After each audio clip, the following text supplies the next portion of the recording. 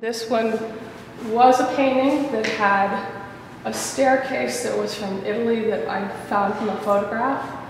And initially there was a girl with a big dress here, and that I didn't really care for that, so I scraped that off. I went to Sri Lanka, and Brian has this great green bathrobe.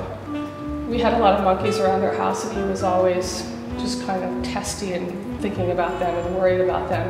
And it's called Listening to Monkeys. And I put him here, and I like the way he's kind of wedged into this corner here. So it's this combination of an Italianate feeling here, almost Balthasy, wouldn't you say so?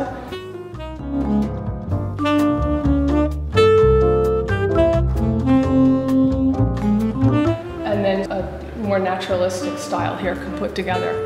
Totally engaged with surface. More than any other show, I really thought about building a surface that's beautiful. It's not surprising that with her obsession with the surface and compositions based on early Renaissance paintings, Perky Edgerton would find a kindred soul in the painter Balthus. But the origins of her aesthetic interests may be closer to home. Her father is one of the world's leading experts on the early Renaissance. But that's sure not how he started out when he was young. Was he like a young professor at that point, or? No, he sold meat up and down the Baltimore Pike. He was a meat salesman. And then how did he become the world leading? He taught at Perky Edgerton School, which is how I got my name, because he was teaching when they got married. He taught wrestling, English. He was a wrestling coach for Perky Edgerton. We lived abroad with the wrestling team. My mother didn't even have a kitchen. We went and got our trays and we went through the cafeteria, and this is a boarding school for like bad boys, Perky Edgerton. Probably shouldn't say that because it's not the case anymore, but and we still know how to duck from the food fights because that's how we got fed till I was 5. And then we moved to my grandmother's house, and my dad got his PhD at Penn at nights, and he worked at Friend Central School as the art teacher, having a passel of kids. Had 4 kids by then, still getting his PhD. So he got his first job when I was in 5th grade in Norton, Massachusetts, and he taught at Wheaton College. He drove kids to school in his beat-up car. At Friend Central, he was a school bus driver. He did all these odd jobs when we were growing up. When I was 17, we lived in Italy because he had a grant to study the Villa I Tatti, which is right outside of Florence. It's Bernard Berenson's villa. And Bernard Berenson discovered all these so-called primitive masters. During the war, they were kind of shuffled aside and put in corners. No one really looked at them. Sassetta were all over the Berenson, these wonderful little narrative things. I just loved the whole storytelling aspects of Italian painting, especially that period of time. And this little stage-like presence they had.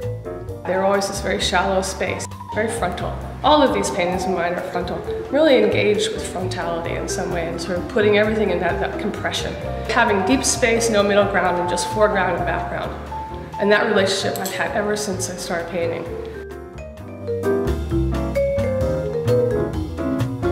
It makes you more intimate. It's kind of like a woman's gaze. It's kind of like close and then far away, and it's not about the expansionism.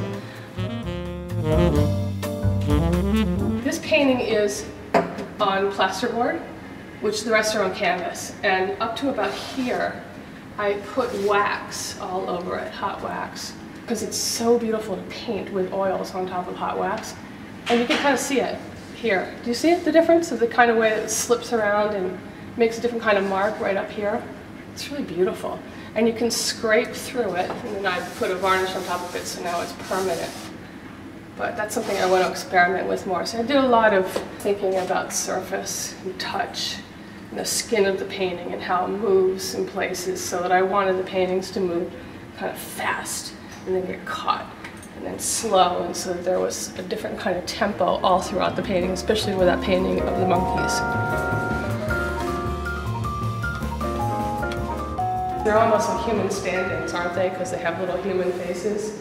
We looked at them quite a bit. They just were always outside of our window. Did they do anything really menacing, or? Yeah, they were always doing something horribly pornographic outside of our windows. They were our TV for that 6 months. Were your daughters there? Yeah, we watched them every second, howling, and they were horrible. The monkeys were incredibly horrible, and I mean, we were living in monkey epicenter. We lived in this house that was above a schoolyard. The whole troop of macaque monkeys, which are actually a rare breed, but you wouldn't know it from our house because we had about 50 of them who would come and sit outside of our balcony really early morning and watch the kids come in.